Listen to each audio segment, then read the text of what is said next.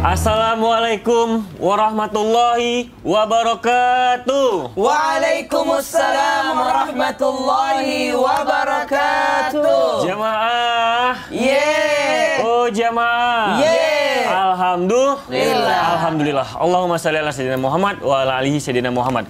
Jamaah sekalian di rumah. Siapa sih yang nggak pernah berbohong di sini? Pasti kita semua pernah berbohong, maupun itu bohong kebaikan atau bohong keburukan. Namun kita tidak tahu kalau berbohong itu tidak baik. Maka dari itu tema hari ini adalah tak ada kebohongan yang sempurna.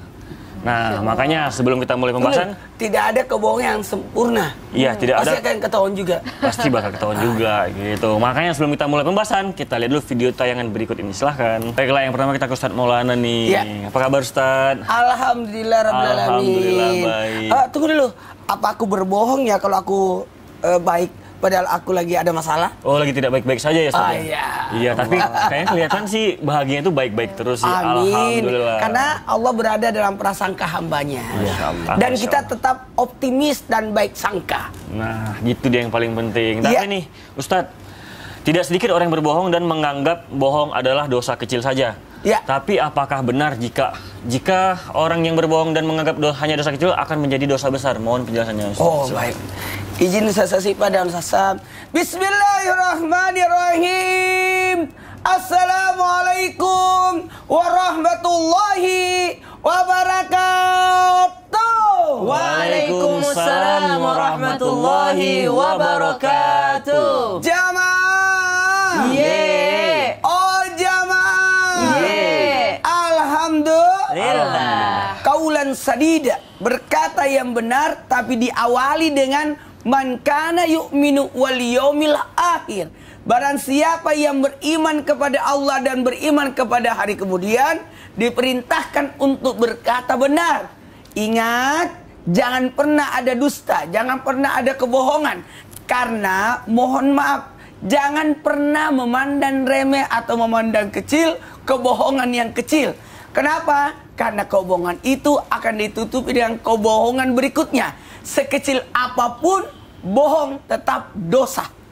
Sekali lagi, sekecil apapun, bohong itu tetap dosa. Ingat, jangan pernah meremehkan dosa.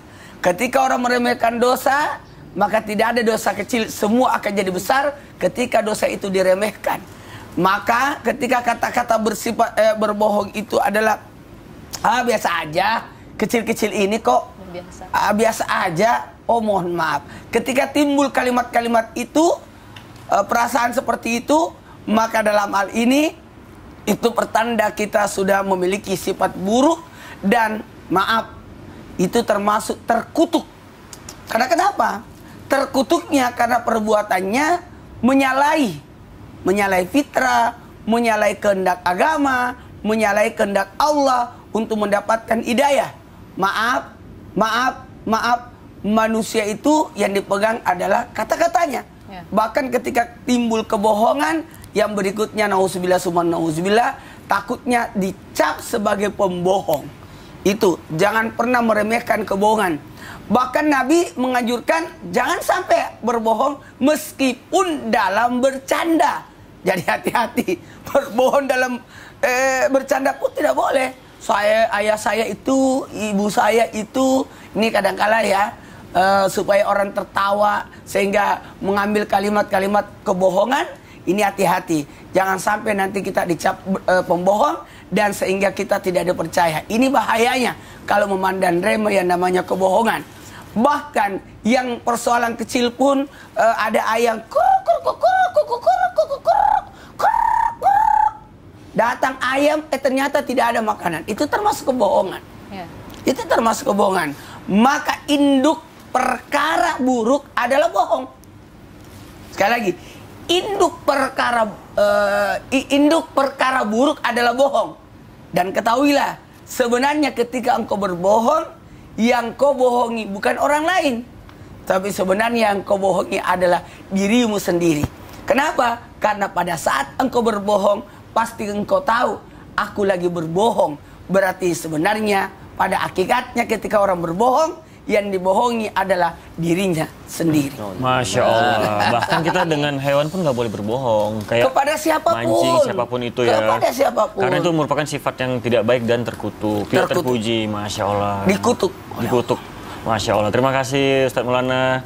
Terus ya Ustazah Syifa ya. Iya, bagaimana hukumnya ketika seseorang berbohong kepada temannya agar temannya tidak marah? Itu penjelasan seperti apa, mohon dijelaskan. Sering nih sama teman gitu ya. Izin ya, Ustadz Maulana, Ustadz Syam, para guru-guru Islam itu indah yang ada di rumah. Bismillahirrahmanirrahim. Assalamualaikum warahmatullahi ta'ala wabarakatuh. Waalaikumsalam warahmatullahi wabarakatuh. Alhamdulillah wassalatu wassalamu ala Rasulillah Muhammad ibni Abdillah wa ala alihi wa sahbihi wa mawala. Rabbi srah li sadri wa yassirli amri wa hlul 'uqdatam min lisani yafqahu qauli, amma ba'd. Teman-teman sekalian, jamaah Islam itu indah di rumah yang dimuliakan oleh Allah Subhanahu wa taala.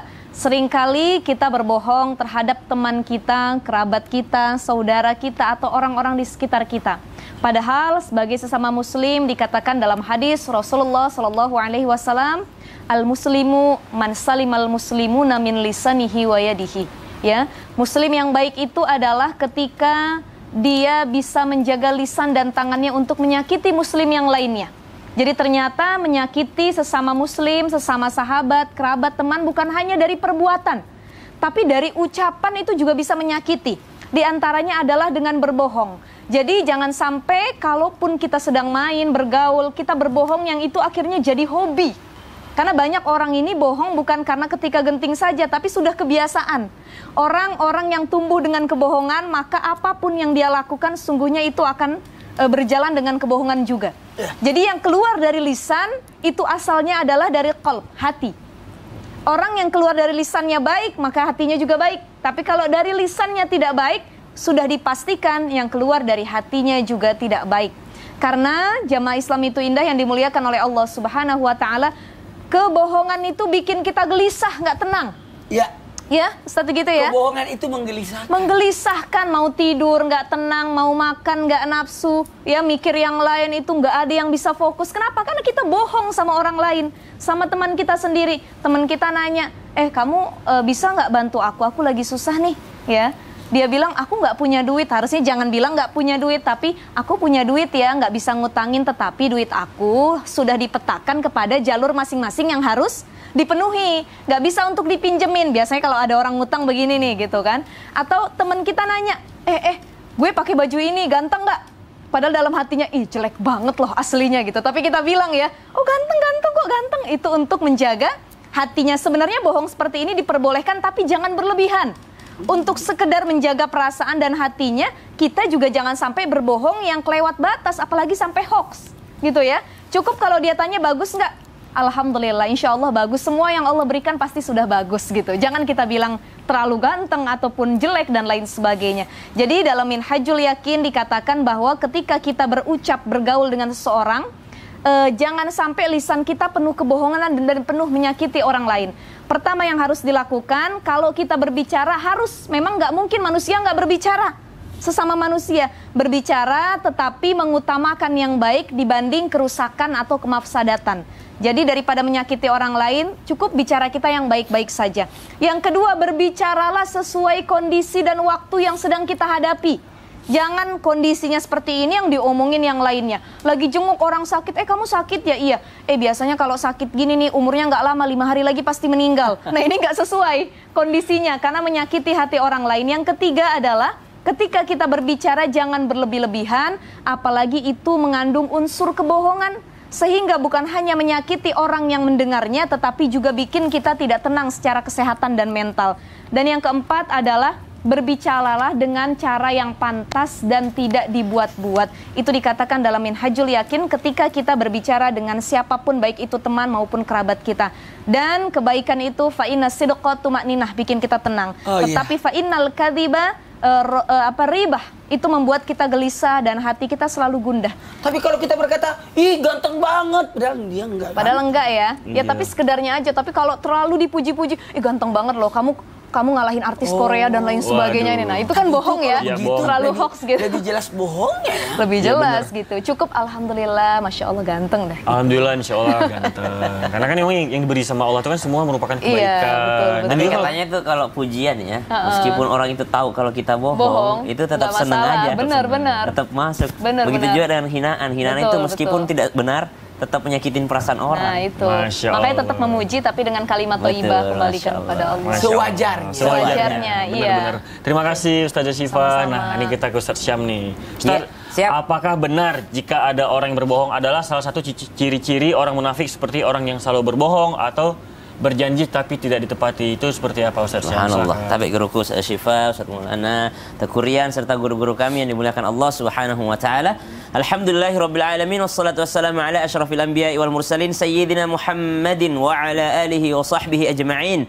Asbahna wa asbahal mulku lillahi rabbil alamin subhanak la ilma lana illa ma 'allamtana innaka antal alimul hakim. Rabbi shrah li sadri wa yassir li amri wahlul 'uqdatam min lisani yafqahu qawli waj'al li wazira min ahli. Amin amin amin ya rabbal alamin. Nabi sallallahu alaihi wasallam bersabda dalam sebuah riwayat, ayatul munafik thalath. Ciri-ciri orang munafik atau tanda-tanda orang munafik, alamat-alamat orang munafik. Jadi kalau ada orang munafik itu ciri-cirinya seperti ini, kata Nabi SAW, idza hadatsa kadzaba.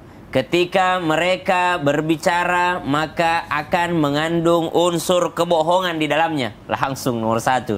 Wa idza wa'ada akhlafa. Kalau mereka berjanji itu mereka mengingkari janjinya. Wa idza tumina khana. Ketika mereka diberikan amanah, ketika mereka dipercaya akan sesuatu, maka mereka akan khanah, berkhianat. Maka ini saling berkesinambungan antara satu dengan yang lainnya. Apa kalau ditanyakan tadi sama Tekurian, apakah seperti orang yang mengingkari janjinya itu adalah ciri orang munafik? Betul. Kenapa ada hubungan antara mengingkari janji dengan kebohongan? Biasanya orang mengingkari janji adalah dengan alasan-alasan, dan tentu saja alasannya itu biasanya mengandung unsur kebohongan. Begitu pula dengan orang yang berkhianat. Kenapa kok kamu mengkhianati amanah ini? Amanah itu kan dari kata aman. Aman itu kalau kita menitipkan sesuatu kepadanya, kita merasa aman. Ya, kita nitipin sepatu sama dia, kita nitipin sesuatu untuk dia, harta sama dia. Nitip dulu bentar ya, nitip rumah ya. Kami mau berangkat haji misalnya, kami mau berangkat umroh, nitip sama tetangga. Kita nitip sama tetangga untuk dilihatin rumahnya, kita merasa aman. Makanya amanah disebut amanah. Ya, khana, mereka berkhianat. Oh, tahu-tahu ternyata yang dititipin ini tidak menjaganya dengan baik. Pasti mereka akan mencari alasan, maaf kemarin tuh saya harus keluar kota, maaf saya kemarin tuh harus ini, itu adalah kebohongan-kebohongan. Makanya disebut berkesinambungan, bersambung semua itu antara bohong dengan ingkar janji dengan berkhianat. Kenapa? Karena semuanya bermula daripada mulut ini atau lisan ini. Makanya kata ulama, seandainya ada di antara bagian tubuh ini yang paling pantas untuk dikurung dan dipenjara adalah mulut ini atau lisan ini. Kenapa? Yang paling banyak berbuat kerusakan di muka bumi ini adalah daripada lisan seseorang. Membuat skenario-skenario, membuat kebohongan-kebohongan, akhirnya menipu orang lain, akhirnya menjerumuskan orang lain di dalam kesengsaraan. Maka berhati-hatilah ketika Nabi SAW menyampaikan ciri-cirinya. Menyampaikan ciri-ciri ini bukan berarti kita tiba-tiba langsung teringat, wih tetangga saya banget itu Ustaz, wih keluarga saya banget itu Ustaz. Tidak, tapi kita menjaga diri kita untuk tidak termasuk daripada sifat orang-orang munafik. Jangan tiba-tiba ada orang yang berbohong, munafik lu. Jangan tiba-tiba ada orang yang berkhianat, misalnya orang munafik ini, orang munafik itu asfala minan nar, itu orang yang paling dangkal nerakanya, orang yang paling jauh nerakanya. Tidak, orang-orang munafik yang disebutkan dalam Al-Quran dan hadis baginda Nabi SAW itu adalah orang-orang pada zaman Rasulullah. Kalau sekarang kita nggak boleh serta-merta menyatakan orang itu munafik, tapi kita hanya melihat daripada ciri-cirinya. Kalau ada sifat seperti ini, maka berhati-hati terhadap orang tersebut. Kalaupun ada ciri-ciri itu terhadap diri kita, maka sudah seyogyanya kita membersihkan atau memperbaiki diri kita. Wallahu ta'ala alam. Halo, assalamualaikum. Oh iya, sayang kamu masak. Waduh, enak banget pas itu. Itu Ricis ya? Ya udah tunggu pulang ya. Assalamualaikum. Ricis. Udah tutup Ustaz. Ya. Emang kenapa? Ricis masak Ustaz. Wow. Jadi gimana kalau Ricis masak? Enak gak? Ya, mau gimana ya Ustadz ya? Bingung Jo. Bingung saya jawabnya. Aduh, ditonton satu Indonesia. Ayo jujur, enak nggak masakannya? Aduh, ya udah. Saya sih nggak berani bohong ya Ustadz ya. Biar istri nanti saya juga nggak berani bohong. Tapi ya udah, mungkin setelah ini kita bahas lagi. Gimana? Berarti Ustadz? Ricis masakannya Enak atau enggak? Enak sih Ustadz. enak. Enak. Setelah yang satu ini ya, kita akan tahu apakah makanan Ricis itu enak atau tidak. Jangan kemana-mana.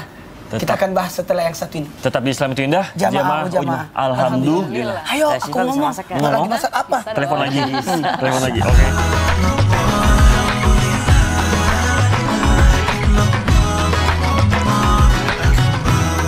Jamaah. Iya. Oh jamaah. Iya. Alhamdulillah. Buat jamaah yang baru bergabung hari ini, kita sedang membahas dalam tema tak ada kebohongan yang sempurna. Nah, tapi sebelum kita mulai pembahasan lagi, kita lihat dulu video tangan berikut ini. Ustaz Maulana. Itu mewakili ya. Iya, menyenangkan hati istri kan. Menyenangkan. Tapi bagusnya tayangan tadi itu udah tahu udah nggak enak masih coba lagi. Closing. Berusaha untuk mencari yang enaknya. Berarti kan istri biar Closing nggak statementnya kecewa dong, closing gitu. statementnya. Closing statementnya kata suaminya, kenapa kau siksa ayam seperti itu? Ya Allah. Jadi Tapi kalau nyindirnya kalau halus saya banget bisa ya. jawab, saya bisa terkatakan nih, Ustaz Siva bahwa Ricis itu kalau buat makanan enak, tapi kalau masak mungkin masakan itu kan harus belajar lagi kalau Bedanya masakan tuh. daerah, masakan Indonesia gitu. Tapi kalau cemilannya enak-enak banget. Masakan daerah. cemilannya Ya kayak enak-enak. sandwich, Masakan dicampur- daerah dicampur. Indonesia tuh ribet. Ribet. emang. Mungkin kalau ada Ini alasan Ustaz Siva karena juga sama. Iya, tapi alhamdulillah saya udah bisa Ustaz. Oh, udah bisa. Kita sunat lah. Masya Allah. Nah ini Ustaz Maulana nih. Bagaimana hukumnya jika seorang suami berbohong kepada istri demi menyenangkan hati istri? Oke. Dan apakah ada cara terbaik agar istri tidak kecewa? Mohon silakan Ustaz Maulana. Baik, makasih banyak izin Ustazah dan Sasam. Bismillahirrahmanirrahim. Allahumma shalli ala sayyidina Muhammad wa ala sayyidina Muhammad.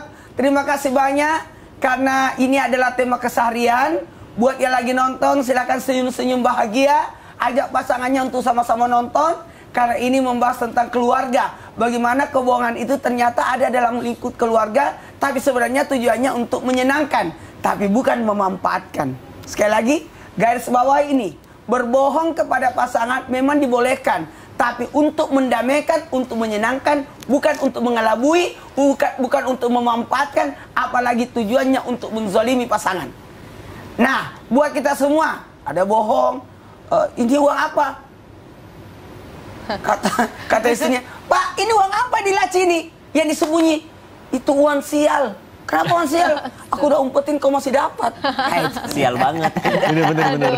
Nah, dalam hal ini silakan laki-laki berbohong walaupun sudah ibaratnya gini ya. Disilakan berbohong untuk apa?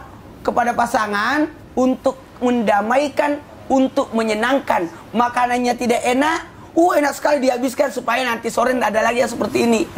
Lupa dimasak lagi Ustaz, gimana tuh? Dimasak lagi dengan hal yang Tiba-tiba sama. dia masak lagi. Bingung deh nggak bisa. Ya Allah, bingung ngabisin. Ya Allah, ampun dosaku. Kan kita bilangnya enak tuh, enak banget ini. Enak banget. Ini pengalaman atau apa, Coba Ustaz? enak banget.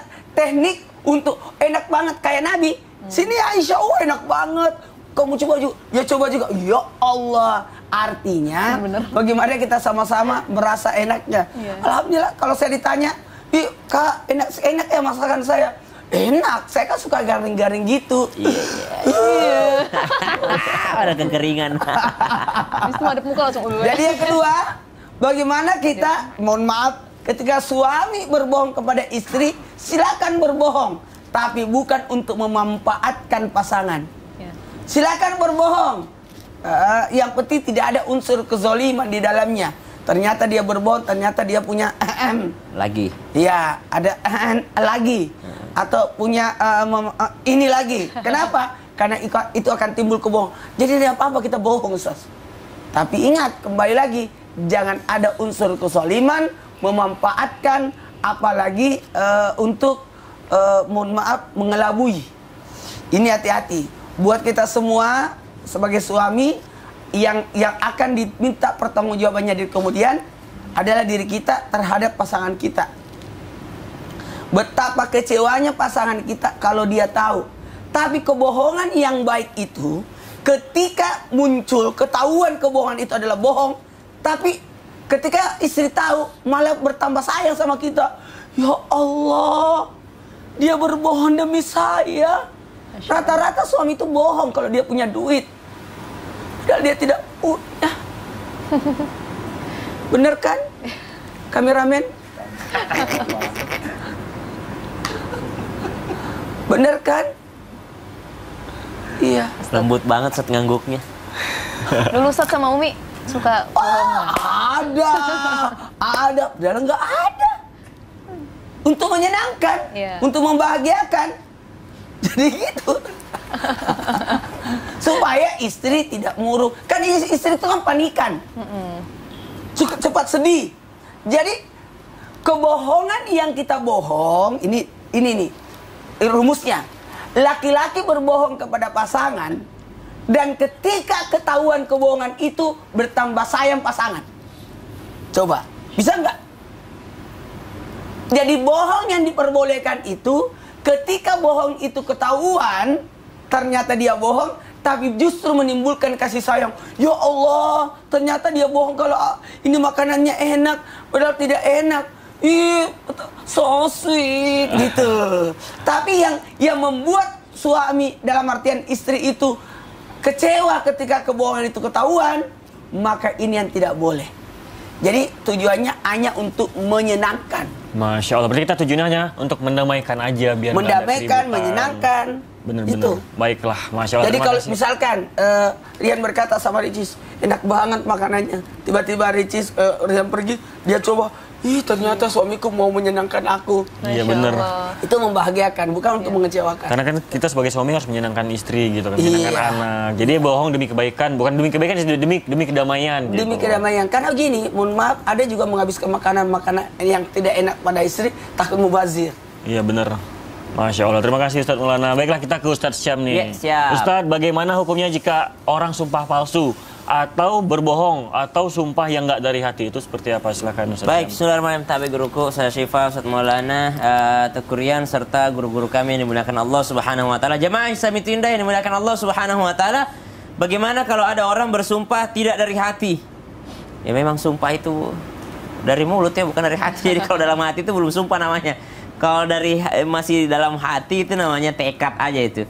Saya berjanji, saya akan tahajud tiap malam. Itu tekad dalam hati, niat dalam hati. Ya, tapi kalau sudah terucap, maka dia sudah termasuk bernadar. Sesuatu yang sunnah atau yang mubah menjadi wajib dikalau seseorang sudah bersumpah. Saya kalau lulus saya akan puasa 3 hari berturut-turut. Nah, maka jadi wajib si puasa itu. Walaupun ternyata sebelumnya itu adalah puasa sunnah gitu. Saya kalau lulus masuk akpol misalnya, saya akan tahajud tiap malam, maka jadi wajib tahajud baginya. Kenapa? Karena dia menjadikannya adalah sumpah. Kemudian bagaimana hukumnya kalau seseorang bersumpah palsu? Ketika seseorang bersumpah palsu, maka hukumnya sangat berat di hadapan Allah Subhanahu wa taala. Jangankan sumpah palsu, orang yang berhalangan untuk menunaikan sumpahnya karena satu uzur syar'i, itu pun masih kena denda, apalagi yang sumpah palsu. Orang yang berhalangan dengan alasan yang syar'i, misal dia mau sebenarnya dia bersedekah 100 juta, tiba-tiba setelah dia bernadar mau sedekah 100 juta, dia tiba-tiba kehilangan uangnya atau tidak punya 100 juta lagi, maka dia tetap wajib untuk membayar denda tersebut dengan cara apa? 1, dengan membebaskan budak. 2, puasa 3 hari ya berturut-turut, atau memberikan makan 10 orang miskin, atau pakaian kepada 10 orang miskin. Ini adalah denda bagi orang yang tidak mampu untuk membayar daripada sumpahnya tadi. Nah, ini tidak mampu membayarnya karena alasan syar'i loh. Misal dia sakit, atau dia misalnya ada halangan, sibuk mungkin. Dia berjanji, saya kalau lulus misalnya Akmil ya, Akademi Militer, saya akan puasa tahun ini. Ternyata tahun tersebut adalah tahun tersibuknya, tahun terberat bagi dia, atau bulan tersebut adalah bulan terberat bagi dia, maka dia akan membayar di bulan depannya. Oh, tentu tidak. Dia harus membayar kafarat sumpahnya atau denda daripada sumpahnya dengan cara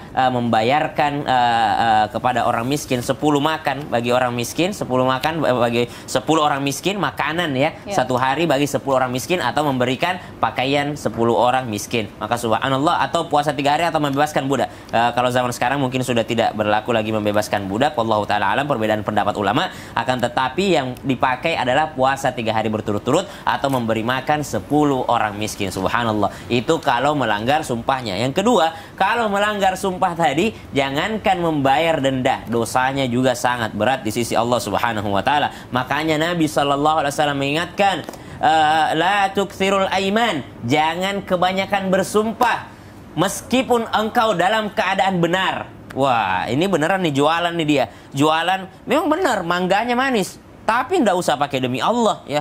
Demi Allah ini mangga saya manis, demi Allah. Apalagi kalau sudah udah pakai demi Rasulullah. Padahal demi Rasulullah itu tidak boleh dipakai. Yang benar dalam syariat itu adalah demi Allah. Jangan pakai demi Rasulullah. Ada kan orang demi Allah, demi Rasulullah, ho tenan demi Allah, demi Rasulullah. Ini kan tidak dalam syariat. Demi Allah saja, demi Allah kalau memang dalam keadaan diminta bersumpah. Nabi SAW melarang, la tukthirul aiman. Jangan terlalu banyak bersumpah meskipun engkau dalam keadaan jujur, meskipun engkau dalam keadaan benar. Sumpah itu datang ketika seseorang dimintai untuk bersumpah, ya. Jangan sedikit-sedikit, wallahi, jangan sedikit-sedikit demi Allah. Kecuali memang udah bahasanya seperti itu. Seperti memang orang-orang Saudi ya, orang-orang Saudi kalau ngomong wallah gitu. Tapi itu bukan berarti mereka bersumpah, cuma untuk menekankan aja, udah kebiasaan aja gitu. Iya, memang kata-kata insya Allah tuh nggak boleh sembarangan dan memang harus benar-benar gitu. Betul. Contoh halnya seperti berjanji ya Ustaz ya. Berjanji kita nggak boleh insya Allah aku datang, padahal dia nggak datang gitu. Ya kan insya Allah yang benar tuh insya Allah yang pasti datang. Dan itu pun gitu. hukumannya 3 hari. Berpuasa 3 hari dan memberi makan 10 orang miskin dan memberi pakaian. Pilihan. Pakaian bekas kita juga boleh, misalnya yang masih bagus itu boleh nggak Ustaz? Pakaian yang baru. Itu sebenarnya kalau yang baru, berbagi pakaian bekas itu menyelamatkan lemari. Biar nggak bobrok ya Ustaz ya. Si baiknya baru sih memang, Masya Allah. Terima kasih Ustaz Syam. Nah, jamaah di rumah pasti udah nggak sabar nih menunggu pertanyaannya dijawab sama guru-guru kita di sini. Nah, makanya langsung aja kita masuk ke segmen Tanya Dong Ustaz. Kami semua tanya dong Ustaz. Baiklah, pertanyaan pertama dari Instagram hamba Allah. Assalamualaikum Ustaz, saya ingin bertanya, apakah dosa jika kita mempercayai orang yang tidak baik, namun di balik itu dia suka berbohong? Apalagi jika orangnya baru kenal dengan kita. Terus apa yang harus saya lakukan Ustaz? Mohon penjelasannya Ustaz Syam, silakan. Baik, bismillahirrahmanirrahim. Orang yang terlihat baik namun ternyata dia suka berbohong, kita kenal dengan dia, apa yang harus kita lakukan? Maka berhati-hatilah dalam bersahabat dengan orang lain. Berhati-hatilah dalam interaksi. Bukan berarti kita suudzon, ya. Bukan berarti kita berburuk sangka terhadap orang. Kita tetap berbaik sangka terhadap orang. Asas praduga tak bersalah. Namun kita mesti berhati-hati ketika kita berinteraksi dengan orang lain. Misal kalau kita ke dokter, ya lihat dulu apakah dia dokter yang terpercaya. Ya, misal kita ada pengobatan atau misalnya bengkel gitu ya, otomotif. Kita lihat dulu track recordnya bagaimana nih orang nih. Jangan tiba-tiba ternyata dia adalah punya lisensi yang palsu. Kita bukan berarti kita mencurigai. Oh benar, misalnya kemarin ada sertifikasi ulama dari MUI. Bukan berarti kita meragukan ilmunya seseorang, tidak. Tapi kita untuk meyakinkan orang lain akan apa yang akan kita sampaikan begitu. Jadi bedakan antara suudzon, berburuk sangka, dengan waspada atau kehati-hatian dalam memilih teman, memilih sahabat, memilih tempat konsultasi, memilih partner berbisnis. Karena ini nggak gampang ini. Makanya ayat terpanjang dalam Al-Quran adalah ayat tentang catat mencatat. Kenapa? Karena banyak orang terlalu menggampangkan ketika berteman. Udahlah, bawa aja lah, udah kayak nggak kenal aja, udah pakai aja lah dulu, subhanallah, nggak ada catatannya, pinjaman berapa, apa segala macam, subhanallah. Maka Al-Quran turun dengan ayat yang terpanjang membahas tentang hutang piutang, membahas tentang akuntansi. Untuk apa? Untuk supaya kepercayaan ini ada. Bukan berarti kita buruk sangka terhadap orang, bukan berarti kita suudzon, tapi kita berbaik sangka terhadap orang sembari kita hati-hati. Wallahu ta'ala alam. Masya Allah. Baiklah, ini pertanyaan kedua dari Instagram hamba Allah. Assalamualaikum Ustazah beserta sahabat, izin bertanya. Teman saya sering berbohong terus bilangnya cuma bercanda doang. Terus dia bilang nggak apa-apa, bohong kan cuma bercanda, nggak usah diambil pusing. Itu gimana Ustazah? Apakah boleh seperti itu? Silakan Ustazah. Izin Ustaz Maulana, para guru-guru. Bismillahirrahmanirrahim. Jamaah Islam itu indah yang dimuliakan oleh Allah Subhanahu wa taala. Kita kalau bergaul, lagi main sama teman, sering yang namanya bercanda. Ya, dan itu ternyata sering ada kebohongan di dalamnya. Lalu apakah boleh berbohong dalam candaan yang sering kita lakukan? Dalam Al-Adhkar, Imam Nawawi mengatakan, qala ulama, mengatakan para ulama, ini sepakat ya, al-mizahul manhiu anhu huwallazi fihi ifratun wa yudawamun alaih. Bercanda yang dibolehkan atau bercanda yang dilarang itu ada petanya masing-masing. Jadi bercanda yang dilarang adalah ketika bercanda tersebut terus-menerus dan banyak keburukan di dalamnya. Gitu, berlebihan. Sudah berlebihan terus-menerus, kemudian lagi banyak kebohongan, hoax di dalamnya. Nah, itu tidak diperbolehkan ya. Tetapi yang harus digarisbawahi adalah hukum asal bercanda itu mutlak dibolehkan. Tetapi kalau ada unsur yang tidak baik di dalamnya, maka jadi haram bercanda tersebut. Untuk menyegarkan Untuk suasana. menyegar itu boleh menyegarkan. Karena asalnya itu diperbolehkan. Rasulullah juga orang yang sering bercanda. Sampai kadang-kadang Rasulullah itu kelihatan di gerahamnya saking lucunya melihat tingkah para sahabat, ya. Dan apakah boleh berbohong dalam bercanda? Mungkin bahasanya bukan berbohong. Kalau berbohong sudah pasti tidak diperbolehkan. Itu diharamkan karena sudah menyakiti orang yang diajak bercandanya. Tetapi yang boleh adalah mungkin permainan kata. Ya, kalau di sini orang Betawi biasanya yang pinter main balagoh. Betul. Main kata-kata itu. Jadi asalnya itu disangkanya berbohong, tapi ternyata itu adalah candaan. Ya, ada lagi di kisah lain Rasulullah membercandai Ummu Aiman. Kata Rasulullah, wahai Ummu Aiman, suamimu itu yang di matanya ada putih-putihnya ya? Wah, kaget Ummu Aiman. Gak ada, wahai Rasulullah. Apakah Rasulullah melihat sesuatu di mata suami saya? Ya, suami kamu kan matanya yang ada putih-putihnya. Ini udah ketakutan Ummu Aiman. Emang ada apa di mata suamiku? Kata Rasulullah, yang dimaksud dengan putih-putih di mata suamimu itu sekitaran mata. Karena kan di tengah-tengah mata itu kan hitamnya. Di sekitarannya putih-putihnya. Nah, itu bercanda tetapi yang diperbolehkan. Karena tetap mengandung unsur kebenaran. Hanya permainan kata saja. Orang Betawi juga begini nih, misalkan balagohnya kenceng kalau bahasa kitanya. Gimana tuh? Apa misalkan ayah saya sendiri sering banget, anaknya sering dibohongin dan dibercandain. Tapi itu bukan kebohongan. Kata ayah saya bilang, tadi abis jalan dari rumah mau ke sini lewatin jembatan roboh katanya. Saya bilang, roboh di mana? Ya kalau misalnya dia berdiri nggak jadi jembatan katanya. Nah ini nggak paham nih, ini nggak paham nih. Iya. Roboh itu Roboh kalau itu bahasa baring. orang Betawi itu tebaring. Tebaring. Kalau dia berdiri nggak jadi Nggak jembatan jadi- oh gitu iya ya. juga ya. Terus dibilang lagi, tadi papa jalan-jalan katanya. Begitu jalan ada orang bunting di belakang. Kita kaget. Gimana caranya bunting di belakang? Maksudnya dia nengok ke belakang ada orang bunting begitu. Bunting belakang. Canda. Kalau kru Trans TV kadang-kadang coba bercandain kita kayak gitu. Sering Sarah. ya, sering Dia bilang ya. kalau kru Trans TV itu ngelahir itu nggak ngeluarin duit. Iya. Iya, Karena? keluarinnya bayi. Keluarin apa ya? Bener sih, Bang. Istrinya yang ngeluarin. Masya Allah. Artinya kalau permainan kata diperbolehkan itu kan bukan unsur kebohongan Betul. ya. Pokoknya Masya tidak boleh orang Iya. menikah satu kantor. Iya. Karena kebanyakan. Kebanyakan bingung penghulunya nanti.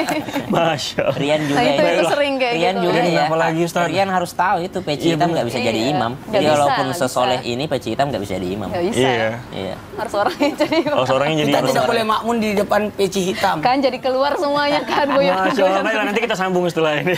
Tapi Ustaz Syam, Rian mau nanya nih. Iya. Rasulullah pernah berbohong nggak sih, Ustaz? Rasulullah pernah berbohong? Tidak pernah. Nggak pernah? Tidak pernah. Baiklah, jamaah di rumah. Kita bahas aja setelah ini ya. Tapi jamaah jangan kemana-mana, tetap di Islam itu indah. Jamaah, oh jamaah. Alhamdulillah.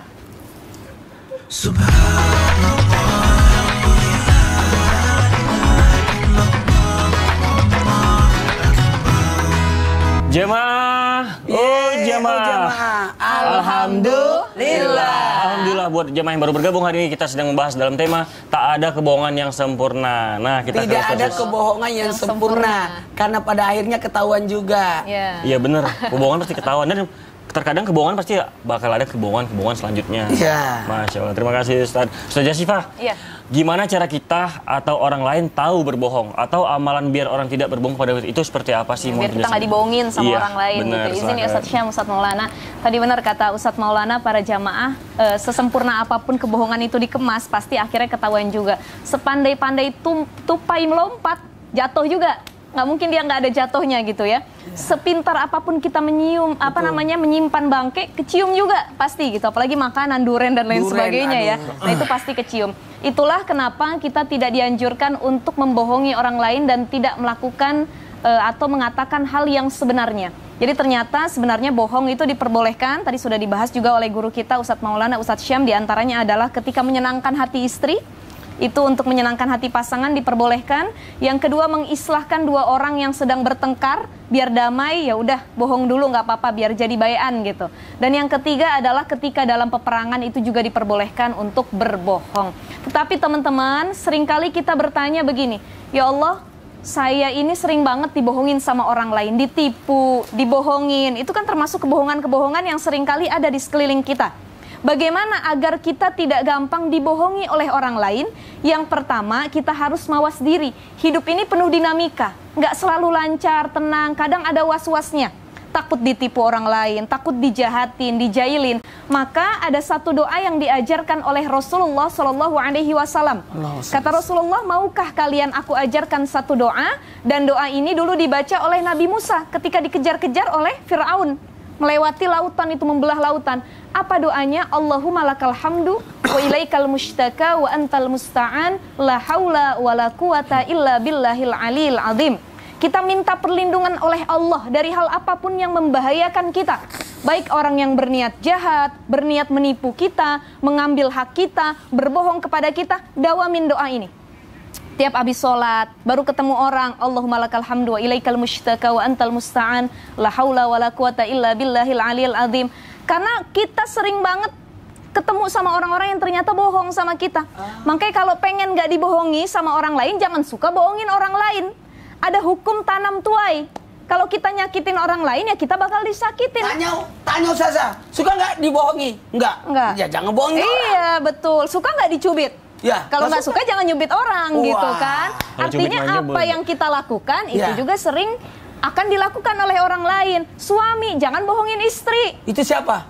Ada lah ya, ada. Kalau suami sering bohongin istri, nanti dia juga dibohongin sama orang lain. Ya ternyata dia punya selingkuhan. WA-nya diganti nama, ada yang nelpon tengah malam. Rudi. Pas diganti nama, siapa namanya? Namanya Ahmad Agus. Ya ternyata namanya Putri aslinya. Diganti namanya cowok, ada banyak begitu. Banyak begitu. Iya, atau kalau misalkan di rumah enggak kan? Enggak ya, enggak begitu insyaallah. Enggak, insyaallah. Aman gitu ya. Ustazah Sari. Takutnya namanya diganti Ustazah Sari, aman kan? Aman kalau Ustazah Sari orang terpercaya. Amin insyaallah. Sahabat saya itu. Amin. Mudah-mudahan Ustadz Maulana, Ustadz Syam semua juga gitu ya, Bang Rian ya. Jadi seperti itu, kalau kita sering bohongin pasangan kita, otomatis sama orang lain juga dibohongin. Bohongin istri kita gara-gara pelakor. Gara-gara orang yang ganggu rumah tangga, nanti kita dibohongin juga sama pelakor tuh. Cuman diporotin duit, nggak punya cinta yang sebenarnya, ditinggalin. Artinya apa yang kita tanam, itulah yang akan kita tuai. Maka berhati-hatilah dalam ucapan, dalam kebohongan. Kalau kita tidak pengen disakiti oleh orang lain, jangan pernah menyakiti orang lain. Dan berbicara sewajarnya, seutuhnya. Terakhir tadi, amalkan doa yang tadi diajarkan oleh Rasulullah SAW. Mudah-mudahan kita jadi orang yang terjaga dari kebohongan. Amin. Ayo, apa doanya Ustazah? Allahumma lakal hamdu. Allahumma lakal hamdu. Wa ilaikal mushtaka. Wa ilaikal mushtaka. Wa antal musta'an. Wa antal musta'an. La haula. La haula. Wa la quwata. Wa la quwata. Illa billahil aliyil azim. Amin. Masya Allah. Berarti kita harus berbuat kebaikan, harus berbicara yang baik-baik aja agar kita tidak merasakan kesakitan juga. Karena kan pasti bakal bertolak balik ke kita lagi.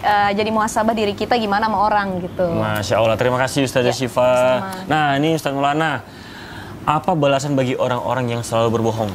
Balasan bagi orang yang suka berbohong. Ini yang penting harus dibahas supaya orang tidak menggampangkan berbohong. Hati-hati kepada semua yang suka bohong, menggampangkan berbohong. Ternyata ada balasan bagi yang suka berbohong. Apa balasannya? Yang pertama, balasan bagi orang yang berbohong akan mendapatkan azab yang sangat pedih. Ditarik lidahnya, digunting lidahnya. Habis itu diutuh lagi, ditarik lagi. Itu hati-hati, kebohongan itu. Dan atas apapun akibat dari kebohongan itu, maka engkau akan bertanggung jawab dari kebohongan itu. Wah, atas gara-gara dia berbohong sehingga ada yang dirugikan, maka Anda bertanggung jawab atas kerugian itu. Itulah bahayanya. Jadi ini sama dengan bentuk kezaliman yang nyata. Apalagi ketika orang berbohong, maka akan mengurangi rezeki dan keberkahan. Coba kalau ada pedagang berbohong, yakin orang tidak akan datang lagi situ belanja. Ketika orang berbohong dalam perdagangannya, maka barang dagangannya tidak akan berkah. Jadi hati-hati. Bermuamalah jangan ada bohong, berjanji jangan ada bohong, semuanya jangan ada bohong. Maka mohon maaf, astagfirullahaladzim, modal saya terus terang, sejak kecil saya berusaha untuk tidak pernah berbohong. Masya Allah. Dari kecil saya tidak pernah mau berbohong. Sehingga alhamdulillah saya selalu dipercaya jadi inilah jadi ini. Karena memang saya tidak pernah berbohong. Berusaha untuk tidak pernah berbohong. Karena kapan sekali berbohong, maka kecewalah orang. Ingat, kepercayaan itu bagaikan keperawanan. Lanjutkan aja kata-kata saya. Saya tidak akan melanjutkan. Karena ketika rusak, maka rusaklah segalanya. Jadi hati-hati. Jamaah. Oh jamaah. Yang paling berbahaya, siksaan bagi orang yang berbohong, disiksa di dalam kubur. Karena ada 4 yang disiksa di dalam kubur. Orang yang paling banyak disiksa di kubur ada 4. Yang pertama pembohong, yang kedua pengkhianat, yang ketiga provokator, yang keempat yang tidak bagus istinjanya. Maka yang disebut pertama, yang paling banyak disiksa di kubur adalah para pembohong. Hati-hati, di dalam kubur akan ditanya dan ketahuan semua. Karena yang jadi saksi, yang jawab bukan hanya kita, mulut ini, tapi semua anggota badan akan jadi saksi. Maka letak kebohongan itu tidak akan mungkin bisa tersimpan dengan baik, akan terlihat, akan nampak. Dan nanti dari kemudian, nauzubillah semua nauzubillah, semua perbuatan kita di dunia akan ditampilkan di layar besar. Lalu diperlihatkan semua yang pernah kita lakukan. Maka betapa malunya orang yang suka berbohong, karena dipermalukan di hari kemudian. Dipermalukan di hari kemudian. Makanya jangan pernah ada niat untuk berbohong. Untuk berpikir berbohong jangan. Apalagi melakukan kebohongan. Apalagi berkongsi dalam kebohongan. Karena bisa jadi, maaf, rusak segalanya. Meskipun ada 3 kebohongan tadi sudah dijelaskan oleh Ustaz Sifa. Kebohongan dalam perang itu namanya strategi. Coba lihat para tentara kita pakai baju loreng supaya menyatu dengan rumput. Angkatan laut berwarna, pakaiannya kayak warna air, warna-warna laut. Itu namanya kamuflase. Kamuflase. Dokter berbohong untuk menyenangkan pasien. Ya, betul. Ya, supaya apa? Supaya baik sangka, semangat dan sebagainya. Itu adalah untuk menyelamatkan nyawa. Dan ketika Rasulullah SAW terjadi peperangan Fathul Makkah, maka dibuat strategi peperangan. Apakah itu bohong? Ya enggak lah, karena ditempatkan tombak di sisi yang satu, kemudian pasukan berada di sisi yang sebelah, sehingga para penduduk Mekah melihatnya ke sana, ternyata diserang dari belakang. Itu namanya strategi peperangan. Masya Allah, memang kita harus menjaga omongan, nggak boleh berbohong. Karena apa? Biar jauh dari siksa kubur. Karena siksa kubur itu pasti berulang-ulang kan Ustaz? Kebayang nggak kalau saya dulu waktu kecil selalu yang menyampaikan kalau buka puasa, selamat berbuka puasa. Saya selalu begitu, imsak telah tiba. Jam berapa sholat? Jam berapa? Saya selalu ditanya, mau tahu, kebayang nggak kalau saya bohong? Puasanya orang gimana? Semuanya itu Batal semua. batal semua. Masya Allah, terima kasih Ustaz Maulana. Baiklah, ini kita ke Ustaz Syam nih. Ustaz, saya pernah dengar nih kalau ada kisah Nabi yang berbohong. Nah, bagaimana sih kisah Nabi yang berbohong itu? Apakah dosa atau tidak? Mohon penjelasannya Ustaz Syam, silakan. Baik, bismillahirrahmanirrahim. Tabaik guruku, Ustaz Syifa, Ustaz Maulana, Tekurian, serta guru-guru kami yang dimuliakan Allah Subhanahu wa taala. Sebagian besar sudah diceritakan guru kita Ustaz Syifa tadi bagaimana Rasulullah SAW dalam permainan katanya terhadap orang-orang yang datang bertanya kepada beliau. Dalam rangka untuk mungkin itu ya teknik cara penyampaian Rasulullah SAW. Sama dengan yang dilakukan oleh Nabi Ibrahim alaihissalam. Ketika nanti di hari kiamat kelak banyak orang yang datang kepada Nabi Adam alaihissalam. Nabi Adam mengatakan, saya pernah melakukan kesalahan, saya tidak bisa memberikan syafaat. Mereka datang kepada Nabi Nuh pun menjawab demikian. Mereka pun datang kepada Abal Anbiya, siapa Nabi Ibrahim alaihissalam, bapaknya para nabi, Nabi Ibrahim alaihissalam. Lalu Nabi Ibrahim mengatakan, saya juga punya kesalahan kepada Allah Subhanahu wa taala. Pernah suatu ketika dihancurkan sesembahan berhala pada saat itu, lalu Nabi Ibrahim menyisakan kapak tersebut kepada berhala yang paling besar. Jadi ketika dicari siapa yang menghancurkan, pasti engkau wahai Ibrahim. Kata Ibrahim, mana aku tahu? Ya bukan saya, coba lihat itu. Ya jangan sampai yang paling gede itulah yang menghancurkan anak-anaknya gitu kan. Subhanallah. Nabi Ibrahim mengatakan demikian bukan bermaksud untuk membohongi orang-orang yang ada di sana. Tapi Nabi Ibrahim ingin memberikan logika terhadap mereka. Ketika Nabi Ibrahim menggantungkan kapak tersebut kepada patung yang paling besar, maka Nabi Ibrahim mengatakan ya yang menghancurkan yang paling besar, mungkin nggak mau disaingi sebagai Tuhan yang paling besar gitu. Kata Nabi Ibrahim. Kata orang, nggak mungkin lah, masa patung bisa? Kalau menghancurkan temannya sesama pasang patung saja nggak bisa, masa dia bisa menurunkan hujan? Masa dia bisa memberikan rezeki? Masa dia engkau sembah? Itu bukan sesembahan, kata Nabi Ibrahim AS.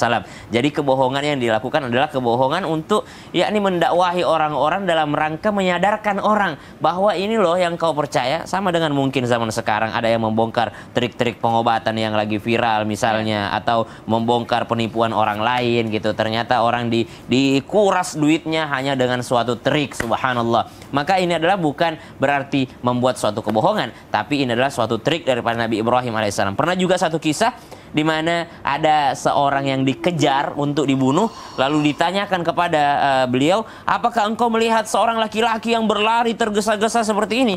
Maka ketika itu dia pindah, ya, satu langkah satu jengkal dia pindah dari tempatnya, lalu mengatakan, semenjak saya berdiri di sini, saya tidak pernah melihat orang yang engkau sebutkan lewat.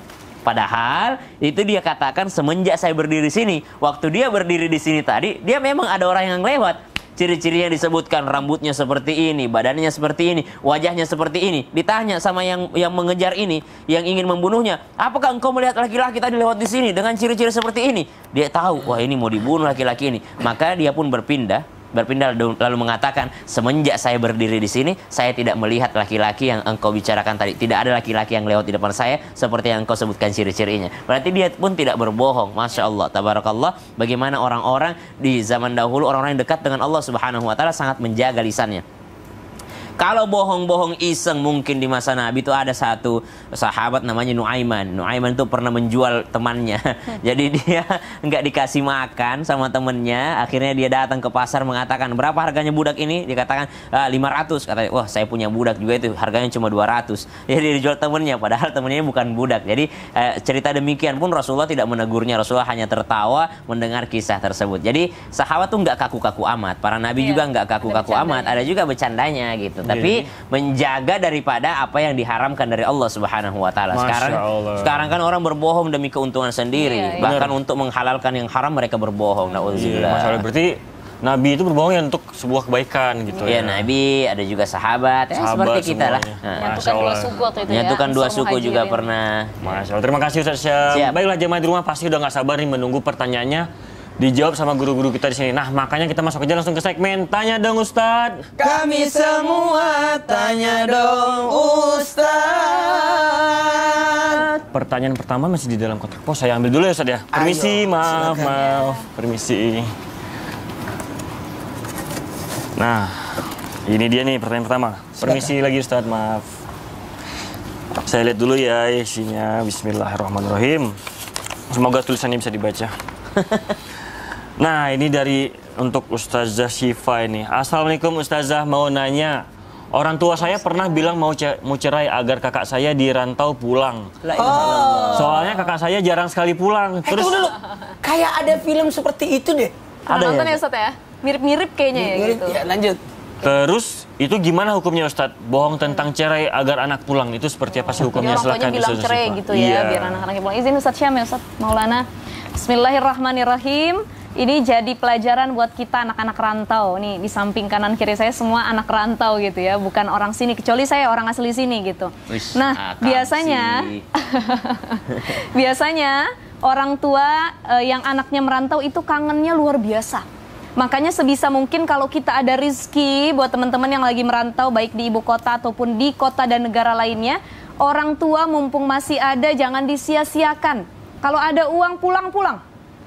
Kebahagiaan lain bisa dicari, tapi usia orang tua itu tidak bisa kita tambahkan. Karena itu adalah ketentuan dari Allah Subhanahu wa Ta'ala. Berkumpul sama orang tua adalah salah satu kenikmatan yang luar biasa. Sekaya-kayanya kita, sehebat-hebatnya kita, sebanyak uangnya kita, sepopuler kita di ibu kota, tapi kalau itu cuma hidup sama pasangan kita tanpa kita ingat sama orang tua di kampung sana, itu juga tidak ada keberkahan sama sekali. Apalagi sampai orang tuanya ngomong setiap nelpon, nak pulang nak, ibu kangen. Ternyata di hari besar juga nggak pulang. Nah ini sama saja kita zolim dan menyakiti keberadaan orang tua kita. Padahal keberhasilan kita sesungguhnya karena doa-doa setiap malam yang dipanjatkan oleh orang tua kita. Jamaah Islam itu indah yang dimuliakan oleh Allah Subhanahu wa Ta'ala. Gara-gara hal ini banyak orang tua yang bohong sama anaknya. Nah, ibu kamu sakit pulang. Padahal pas nyampe sana ibunya masih sehat gitu ya. Nah, ibu dapat masalah dan lain sebagainya demi membohongi anaknya. Bahkan sesuai pertanyaan adalah orang tuanya rela berbohong mengatakan bahwa kami mau cerai. Kamu pulang nak, coba jadi penengah, kita mau cerai nih. Padahal ini cuma siasat agar anak-anaknya pulang. Ternyata kalau dalam Islam sendiri ada dua hal yang kalau itu serius menjadi kenyataan dan kalau main-main juga bisa dianggap kebenaran. Apa itu cerai dan menikah? Akad dan cerai. Akad dan talak ya, atau bisa juga. Jadi kalau orang main-main bilang pengen nikah ya, saya terima nikahnya si Fulan bin Fulan, itu bisa sah. Dan begitu juga cerai, makanya laki-laki nggak boleh gampang ngomong cerai. Artinya al-kalamu ad-du'a, ucapan itu adalah doa. Jadi kalau ngomong sama siapapun, sama pasangan, sama anak, kawan yang baik-baik saja. Nah, ibu bapak mau cerai, ternyata beneran cerai. Dulu, ini ada kisah yang sangat menarik sekali, para jamaah yang ada di rumah. Rasulullah itu hobinya adalah menjenguk orang sakit, salah satu kebaikan Rasulullah. Suatu hari Rasulullah datang menjenguk seorang Arab Badui. Wa kana an-nabiyyu sallallahu alaihi wasallam idza dakhala ala marid ya ya'uduhu. Kalau Rasul masuk kepada orang-orang yang sakit rumah mereka, yang dimana dalamnya itu ada orang-orang sakit, Rasul menjenguk, pasti Rasul selalu mengatakan ketika menjenguk, la ba'sa tuhurun insyaallah. La ba'sa tuhurun insyaallah. Nggak apa-apa, sabar ya dengan penyakit ini. Insyaallah sakit ini menjadi penggugur dosa, penghapus dosa. Nah, ketika Rasul menjenguk si Badui ini, apa kata si Badui Arab ini? Dia mengatakan, kalah, enggak, salah itu apa, penghapus dosa, enggak. Kata si Badui, karena sesungguhnya penyakit yang aku derita ini juga pernah diderita oleh orang-orang tua lainnya, dan mereka itu enggak lama masuk ke alam barzah, meninggal maksudnya. Ya, kata Rasul, ya udahlah kalau begitu, saya udah mengatakan tohurun gitu ya, jadi penghapus dosa. Rasulullah hanya terdiam saja. Ternyata keesokan hari Rasulullah mendapati kabar orang Badui ini meninggal dunia. Subhanallah. Jadi hati-hati, al-kalamu ad-du'a, ucapan itu doa. Ngomong sama anak pengen cerai, ternyata benar-benar diceraikan oleh Allah Subhanahu wa taala. Ngomong sama anak sakit, ternyata benar-benar dikasih penyakit yang luar biasa oleh Allah Subhanahu wa taala. Jadi boleh orang tua sebagai siasat agar anaknya mau pulang berbohong, tapi bohongnya yang baik-baik. Nah, adik kamu mau dilamar sama orang nak, ternyata beneran ada yang lamar adiknya gitu ya. Nah, ibu rencana ada yang mau bawain uang nak gitu. Nih buat bikin yang lain-lain yang bagus, kebaikan, itu boleh kalau bohongnya dalam kebaikan. Apalagi kalau anaknya nggak mau pulang-pulang. Berarti cara bilangnya cara yang baik-baik, bilang yang baik-baik agar semuanya terkabul. Karena kan ngomong itu kan pasti kadang kita bilang nggak baik, benar-benar kejadian. Apalagi gitu. sampai bilang mau cerai gitu. Aduh, kan. Itu nggak boleh kalau dalam Islam. Baiklah, terima kasih Ustazah Syifa. Nah, jemaah jangan kemana-mana ya. Tetap di Islam itu Indah, karena sesaat lagi guru-guru kita di sini akan menjawab pertanyaan jemaah di sosial media. Jemaah, oh jemaah. Alhamdulillah.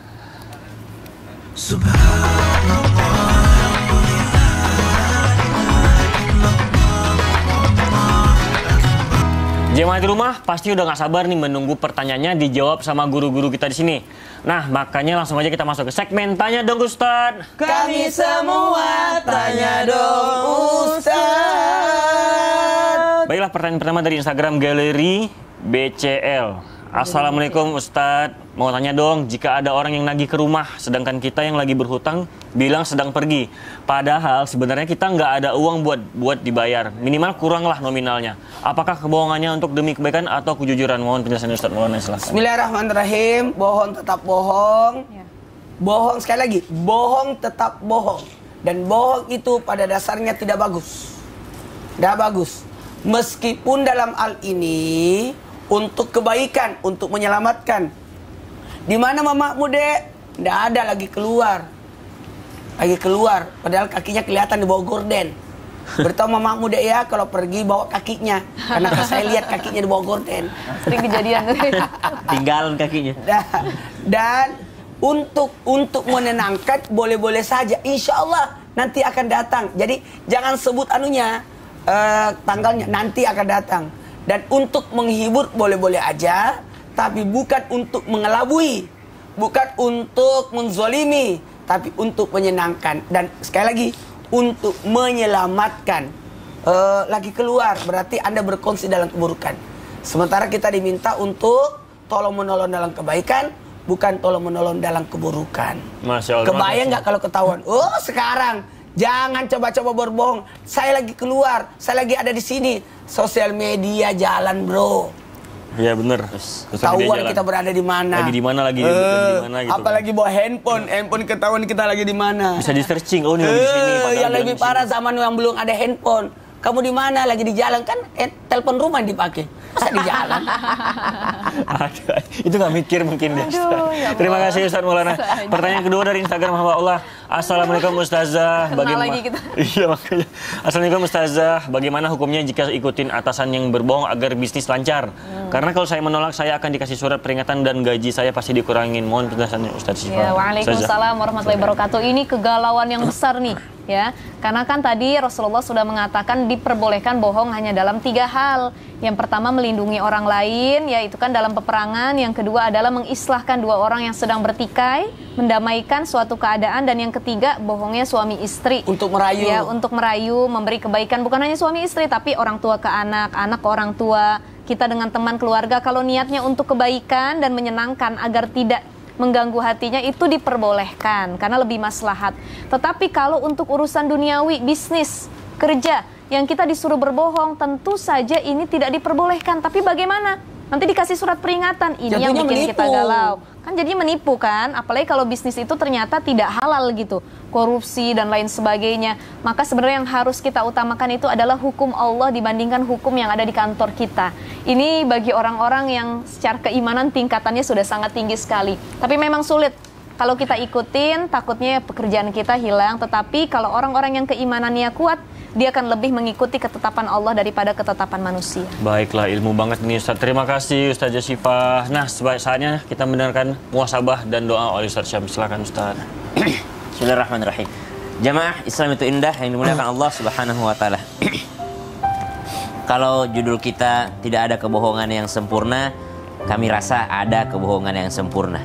Siapa itu? Yaitu ibu kita, orang tua kita. Mereka senantiasa berbohong kalau mereka baik-baik saja, padahal mereka sedang tidak baik-baik saja. Ayah kita kadang mengatakan, alhamdulillah papa udah makan nak, kamu aja yang makan. Padahal bapak kita sedang menahan lapar. Ibu kita sering mengatakan, gak apa-apa, ibu gak ngantuk kok, kamu aja yang istirahat. Padahal ia sedang menahan kantuk yang luar biasa. Orang tua kita terkadang berbohong, kebohongan mereka sempurna. Bahkan sampai kita dewasa pun kita masih belum bisa membongkar kebohongan tersebut. Masih senantiasa orang tua kita berbohong kepada kita bahwa mereka baik-baik saja, bahwa mereka sehat-sehat saja, bahwa mereka sudah kenyang, bahwa mereka sedang sehat, padahal mereka sedang sakit. Padahal mereka sedang bermasalah, padahal mereka sedang tidak baik-baik saja. Itulah kebohongan yang sempurna.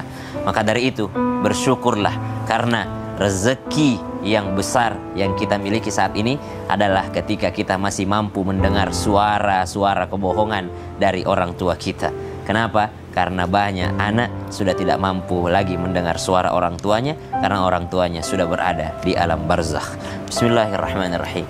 Alhamdulillahirabbil alamin. Allahumma shalli ala sayyidina Muhammadin nabiyil ummi wa ala alihi wa sahbihi wa sallim. Rabbana taqabbal minna innaka antas samiul alim wa tub alaina innaka antat tawwabur rahim. Allahumma ighfir lana dhunubana wa liwalidina warhamhum kama rabbawna shighara. Ya Allah, ampuni dosa kami, dosa lisan kami yang masih senantiasa mengucapkan apa yang tidak sebenarnya terjadi.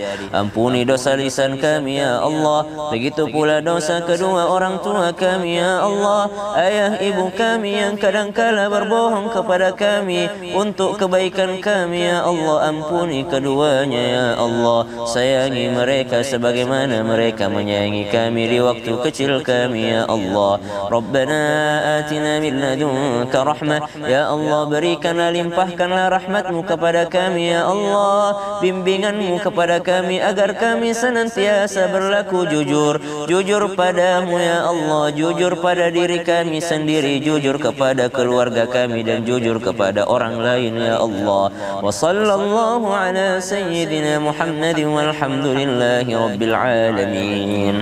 Alhamdulillah, demikianlah perjumpaan kita hari ini. Insya Allah besok kita bertemu lagi di Islam itu Indah jam 5 pagi. Saya Teguh Rian, mohon maaf jika ada salah kata dan perbuatan. Billahi taufiq wa hidayah. Assalamualaikum warahmatullahi wabarakatuh. Waalaikumsalam warahmatullahi wabarakatuh.